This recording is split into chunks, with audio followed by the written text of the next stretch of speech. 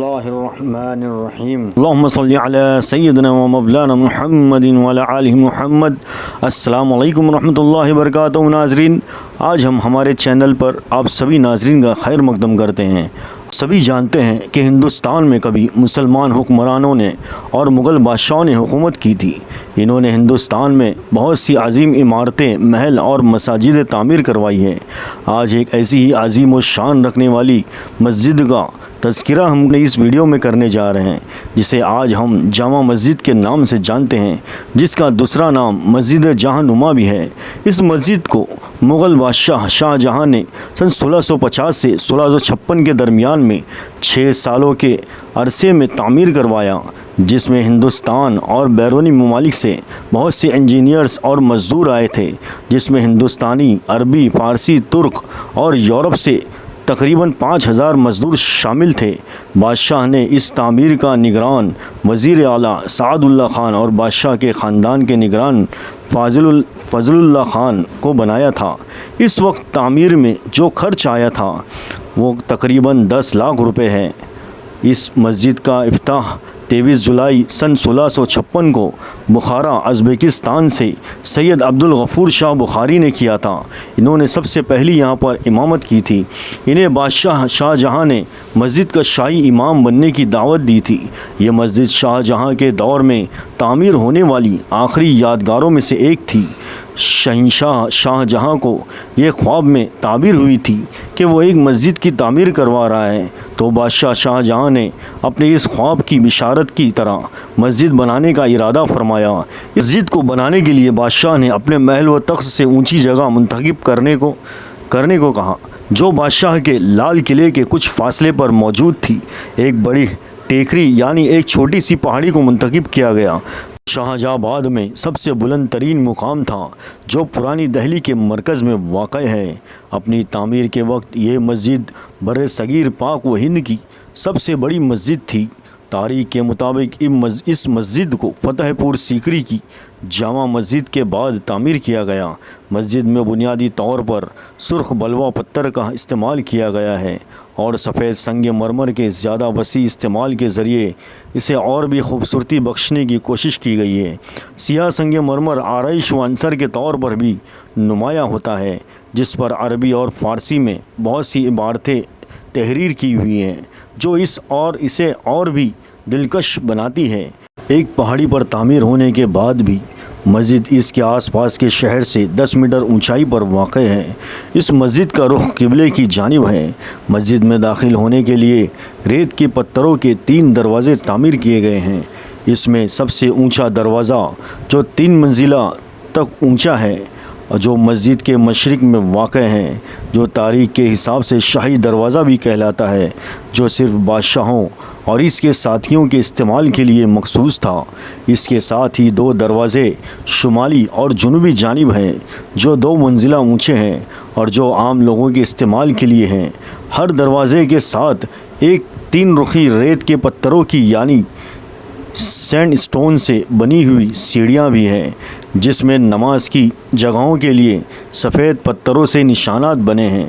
شمالی دروازے کے ساتھ ایک کمرہ تعمیر کیا گیا ہے، جس میں ہمارے آخری نبی صلی اللہ تعالیٰ علیہ وسلم کے تبرکات رکھے گئے ہیں، جس میں ہرن کی کھال پر لکھا ہوا قرآن مجید اور میرے آقا صلی اللہ علیہ وسلم کے داڑھی کے مبارک بال اور آپ کی نالین شریف اور آپ کے قدموں کے نشانات سنگ مرمر میں جڑے ہوئے ہیں۔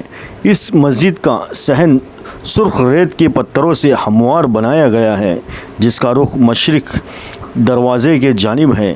اس کی سائڈ کی لمبائی کم از کم 99 میٹر ہے اور جس میں باوقت 25,000 نمازی آ سکتے ہیں۔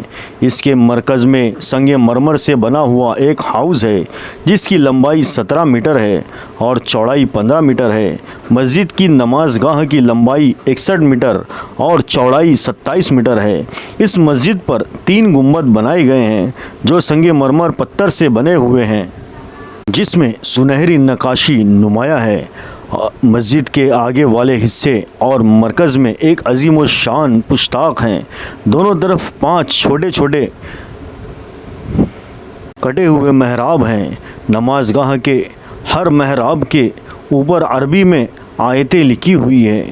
ہال کے اندرونی حصے میں مغربی حصے قبلے کی جانب کی دیوار پر 7 محراب ہیں جو ان 7 خلیجوں کی مساوی ہیں، جنہیں میں ہال کو سفید اور سیاہ سنگ مرمر کے پتھر فرش میں نصب کیے گئے ہیں جو مسجد کی نماز کی چٹائی کی طرح کام کرتی ہیں۔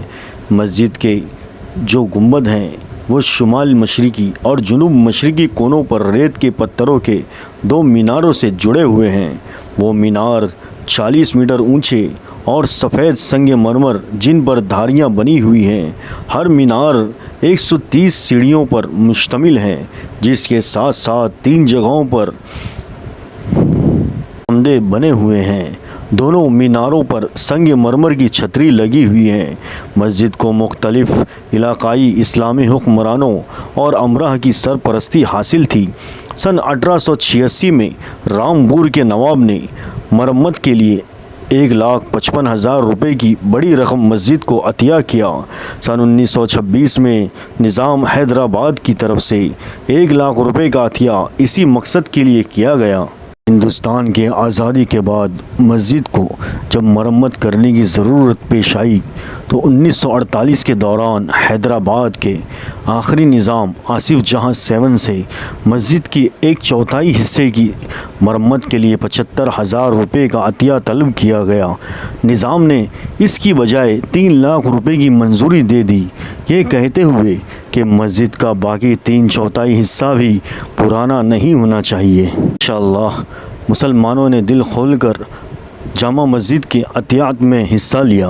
آج بھی جامع مسجد ہندوستان کے دل یعنی دہلی میں، ہندوستان کی راجدھانی میں آج بھی عظیم و شان عمارت بن کر ابھرتی ہے۔ دنیا بھر سے لوگ جامع مسجد کی زیارت کے لیے آتے ہیں اور جامع مسجد کی امامت کے لیے بادشاہ شاہ جہاں نے بخارا سے جن امام کی ترکیب کی تھی، جنہیں دعوت پیش کی تھی امامت کے لیے جامع مسجد میں، ان کے نام و فہرست اس طرح ہے، کیونکہ انہی کی آل سے سارے امام آج بھی وہاں پر امامت کرتے ہیں۔ تو سب سے پہلے اس مسجد میں جو اماموں نے امامت کی ہے، ان کے نام و ترتیب کچھ اس طرح ہے۔ 23 جولائی سن 1656 میں عبدالغفور شاہ بخاری نے امامت کی، جو سب سے پہلے امام تھے۔ دوسرے نمبر پر عبدالشکور شاہ بخاری، تیسرے نمبر پر عبدالکریم شاہ بخاری، چوتھے نمبر پر عبدالغفور شاہ بخاری تھانی، عبداللہ الرحمن شاہ بخاری 5ویں نمبر پر، چھٹے پر عبدالکریم شاہ بخاری، 7ویں نمبر پر میر جیون شاہ بخاری، 8ویں نمبر پر میر احمد علی شاہ بخاری اور 9ویں نمبر پر محمد شاہ بخاری، جو 16 اکتوبر سے سن 1892 تک تھے، اور 10ویں نمبر پر احمد بخاری شمس العلماء، اور 11ویں پر حمید بخاری، جو 20 فروری 1942 سے لے کر 8 جولائی 1973 تک موجود تھے، اور 12ویں نمبر پر عبداللہ شاہ بخاری 8 جولائی 1973 سے لے کر 14 اکتوبر سن 2000 تک موجود تھے، اور 13ویں نمبر پر احمد بخاری، جو 14 اکتوبر 2000 سے لے کر 25 فروری 2024 تک تھے، اور 14ویں نمبر پر جو آج بھی وہاں امامت کر رہے ہیں، ان کا نام شعبان بخاری، جو 25 فروری سن 2024 سے امامت کر رہے ہیں، جو آج بھی وہاں پر امامت پر فائز ہیں۔ تو ناظرین، ہماری یہ ویڈیو آج کی آپ کو کیسی لگی ہمیں کمنٹ کر ضرور بتائیں۔ ہمارے چینل کو سبسکرائب کریں، لائک کریں، اور ثواب جاریہ کی نیت سے ہمارے ویڈیو کو شیئر کرنا نہ بھولیں۔ تو ملیں گے ہمارے اگلے ویڈیو میں، جب تک دے اپنے میزبان وسیم قادری کو اجازت۔ السلام علیکم ورحمۃ اللہ وبرکاتہ۔